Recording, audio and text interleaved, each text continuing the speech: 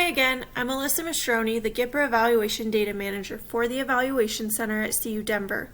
Chances are by now you've already watched the previous two training videos giving you an overview of the State Opioid Response Grant and outlining the provider data collection requirements for the grant. If you haven't already done so, I encourage you to watch the video on the GPRA intake process before you begin this video.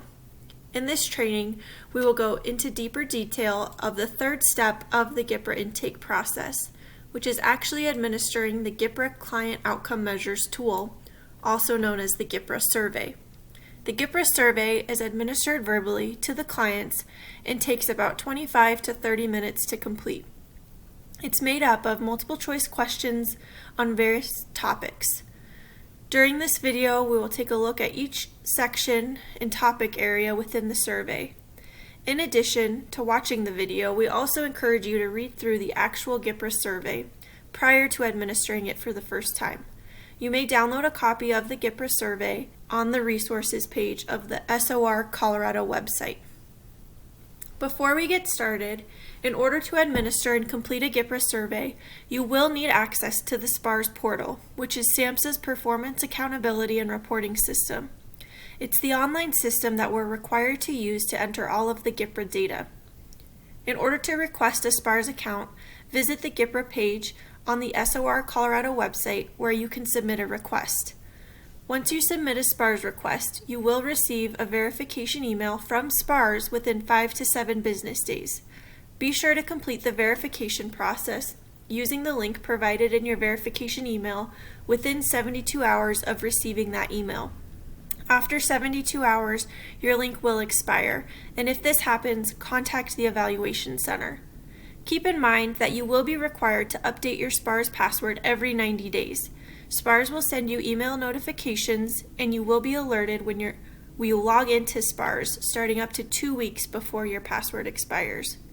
If at any point you're having trouble with your password or logging into your account, please contact the SPARS help desk. To fulfill the SOR grant requirements, the GPRA survey is administered to clients at multiple times throughout their recovery journey. This includes administering the survey at intake, at follow-up, which occurs about 6 months post-intake, and at discharge.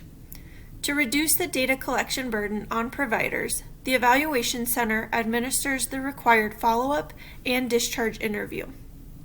However, we do need your help to administer the GPRA survey at intake. Keep in mind that administering the GPRA survey to clients receiving SOR-funded treatment is only one step of the entire GPRA intake process. To learn about the other 2 steps that are required to submit a complete GPRA intake, please view the GPRA intake process training video. We greatly appreciate your help in administering the GPRA intake survey. By doing so, you play a huge role in setting up subsequent follow-up and discharge surveys for success. To recap, treatment providers are only required to complete the GPRA intake survey. From there, the Evaluation Center will handle the follow-up and discharge data collection requirements. At intake, clinicians or non-clinical treatment site staff may administer the GPRA intake survey. GPRA intakes are required to be completed within 3 days of the client's induction to treatment.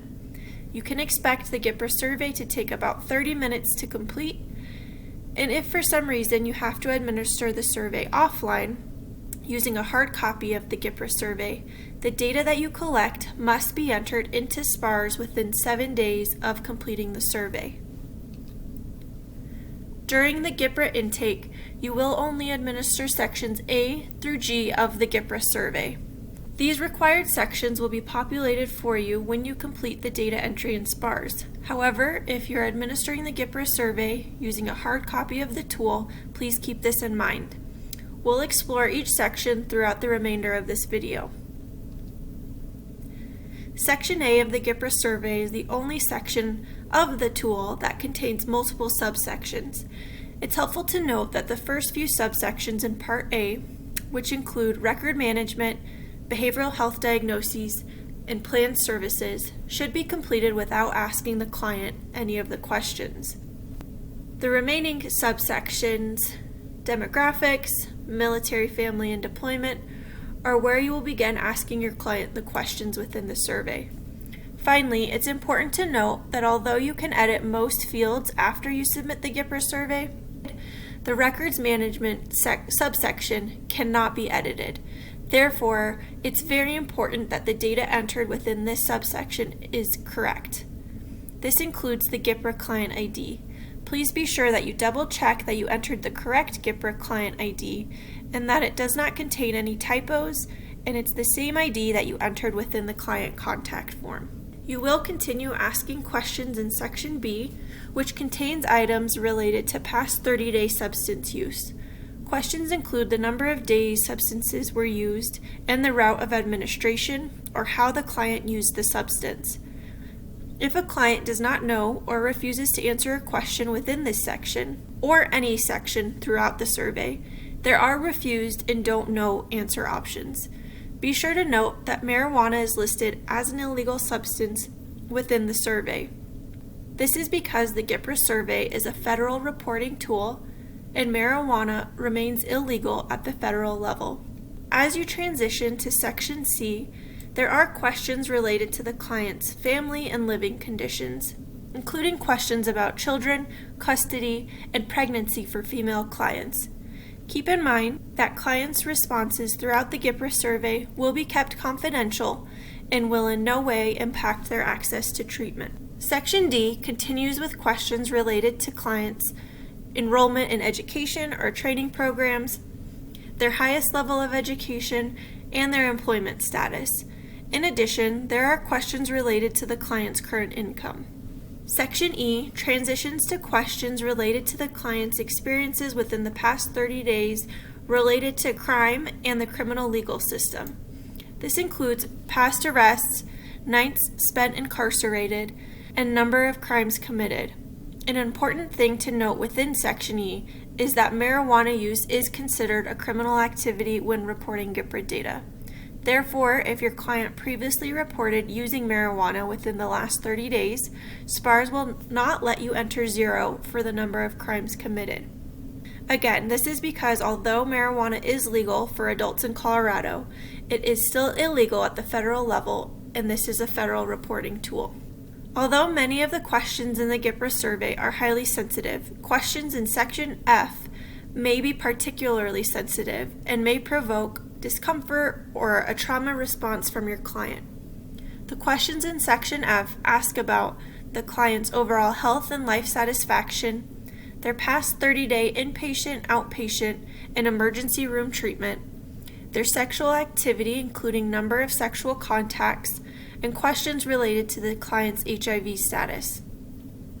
This section of the tool also explicitly asks about past trauma or violence that the client has experienced, as well as asking about potential trauma responses that they might be currently experiencing. At any point throughout the GPRA survey, the client may refuse to answer, respond that they don't know the answer, or even stop participating completely.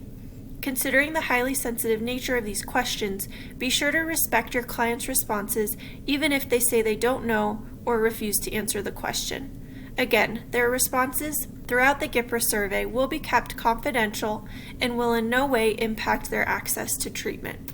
The final section, Section G, asks questions about your client's participation in recovery support groups, the support of their family and friends, and their overall satisfaction with their personal relationships.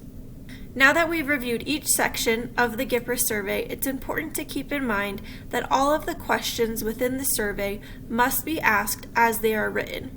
Per grant requirements, we cannot eliminate or substitute questions.